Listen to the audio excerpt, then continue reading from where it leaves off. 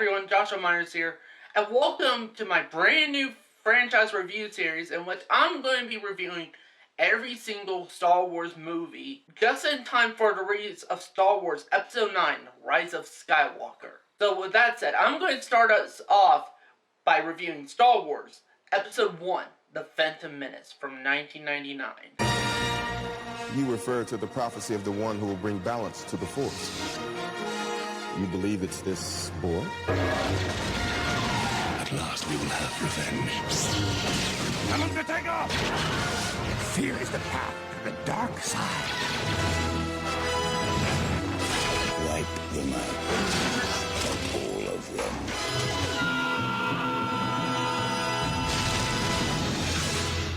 Rated PG. Star Wars The Phantom Menace stars Liam Neeson, Ewan McGregor, Natalie Portman, Jake Lloyd, and is directed by George Lucas. The plot of The Phantom Menace is that stranded on the desert planet of Tatooine after rescuing young Queen Amidala from the impending invasion of Naboo, Jedi apprentice Obi-Wan Kenobi and the Jedi Master Qui-Gon Jinn discovers 9-year-old Anakin Skywalker, a young slave who is unusually strong in the Force. After winning a thrilling pod race, and with that comes his freedom, so that he could finally do what he always wanted to do and be trained as a Jedi.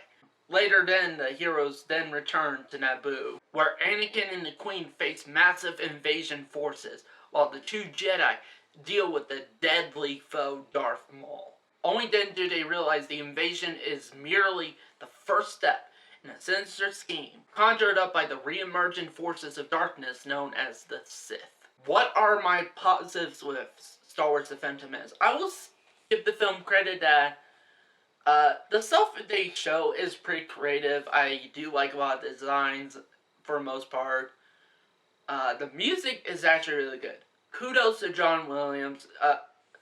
For me, honestly, I think his best work as far as Star Wars is the prequel trilogy. I'm not going to lie. Like, he really amped up his game with the music in this trilogy. Also, there are some sequences that are pretty entertaining. My favorite has to be the fight sequences, like the lightsaber fight at the end between Darth Maul, between Obi-Wan, Qui-Gon, and Darth Maul. Knowing that, I do like Qui-Gon Jinn. Not going to lie, Liam Neeson's Qui-Gon Jinn was honestly a good character. And also, Liam Neeson did put in a good performance. I also liked Darth Maul, portrayed by Ray Park here, and he does a pretty good job. Like, I don't know, it's kind of like Boba Fett in a way where he doesn't do much and doesn't really have that many lines, but he has such a badass quality to people where people remembered him. And just that alone made him iconic. And apparently it was so good where they end up bringing him back for, basically literally bringing him back from the dead for the TV show Star Wars The Clone Wars. Like, he became that popular as a character, and even more so after the Clone Wars. I mean, he's also appeared in Star Wars Rebels, Solo Star Wars Story, for cameo. And honestly, for me, that's it for my positives. And now let's discuss my negatives, because there's a lot of negatives with this movie. What are my negatives with The Phantom Menace? Honestly, for me, the biggest problem is me redirection, actually. I think George Lucas works best when he has people coming to him saying, oh, I don't think this is a good idea, and him accepting that, or, working something around that,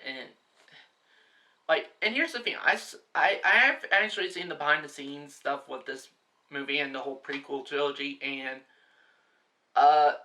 George Lucas doesn't like to be told no, apparently, and knowing that, it's like, it seemed like he surrounded himself with a bunch of yes men and women, basically. Like, I just feel like George Lucas just filled himself with a bunch of yes people, because it's like, he doesn't like the word no, apparently, and, there was even one part of the documentaries in that where they were doing a test screening for the people involved, because normally you would have a test screening when you're, with the people you've worked with to film, cast and crew, and, two of the cast crew members were behind him, and they were like, technically, George, I don't think that this is going to do well.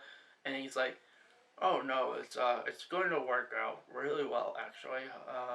It's a bit risque, but yeah, it's all part of the story.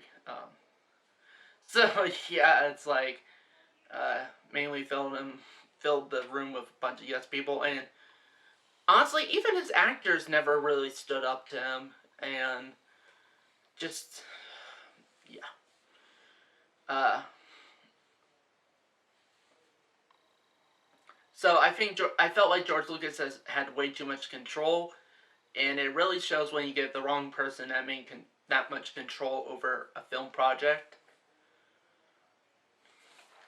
Also, I really didn't like certain stuff, like the whole midichlorian stuff. Like, I think that takes away a lot of the, mystical elements of the Force. Because, when I think of the Force, I think of, basically, I just think of, you know, like something that can't really be explained in that, and something that's just like, like if you are to become a Jedi, you just need to believe in it, just have that faith in that. And knowing that also means that just anybody with the will and everything could become a Jedi. When they added the midichlorian stuff, which is now basically just microscopic particles in your bloodstream that determine how powerful you are in the Force and that. And if you're certain power level in the Force with midichlorians, then yeah, you're able to become a Jedi. I don't like that because again, it limits, and yeah, it's just. I also didn't like Jar Jar, obviously. I mean, he's so annoying in this movie. It's like, Misa, Jar Jar Binks, Misa will go with you, Misa going underwater, okay? So yeah, now again, I don't blame the actor. It just was bad writing and direction. And I've been hearing a lot of people been saying Jar Jar Binks is a racist stereotype, which I do think maybe he is. I just, like, a lot of people say he's a racist stereotype towards black people. I never got that. I will say, I do think he is a racist stereotype, I just don't know of what. Actually, like, when watching the film just today, just looking at him just as a character, I think people assume that because the actor's black, and therefore Jar Jar is a racist stereotype of black people. I don't think that. I do think he's some sort of stereotype. I just don't know which one. So yeah. I didn't care for Jar Jar, and honestly, just fuck Jar Jar. Not the actor, because again, the actor was only able to do what he was given. I don't blame the actor for it. But the character, fuck Jar Jar. Also, like, the effects in this movie have not aged well at all.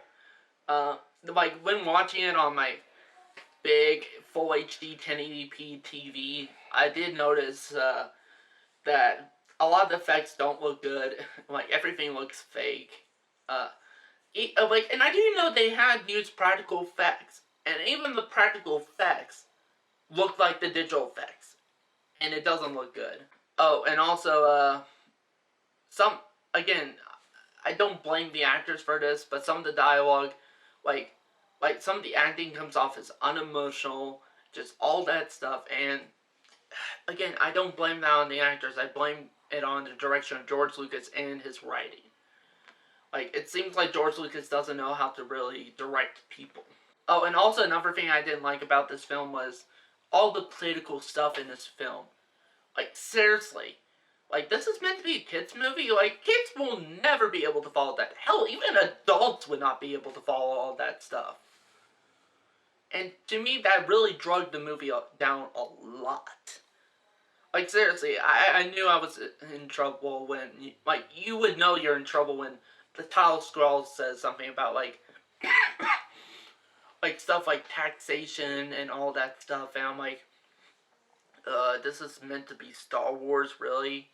So with that said, I'm going to give Star Wars The Phantom Menace a 2.5 out of 5 stars. Honestly, there's some enjoyment for me, and I guess it has to deal with nostalgia factor, because I was one of the people who grew up with the prequel trilogies. Although beforehand, I will say, before that movie came out, I actually saw some of, saw the original Star Wars trilogy on VHS at the time, which I rented at a Blockbuster. In fact, my first ever Star Wars movie was probably Return of the Jedi. That was my first ever Star Wars movie. So yeah, I guess you could say I kind of grew up with the original trilogy in that sense, like on home video. But man, this was a pretty bad movie. I kind of enjoy it on a so bad it's kind of somewhat entertaining. But not even that at times. There's a lot of stuff that's really boring. So that's it for this review. Thank you guys for watching, and see you next time.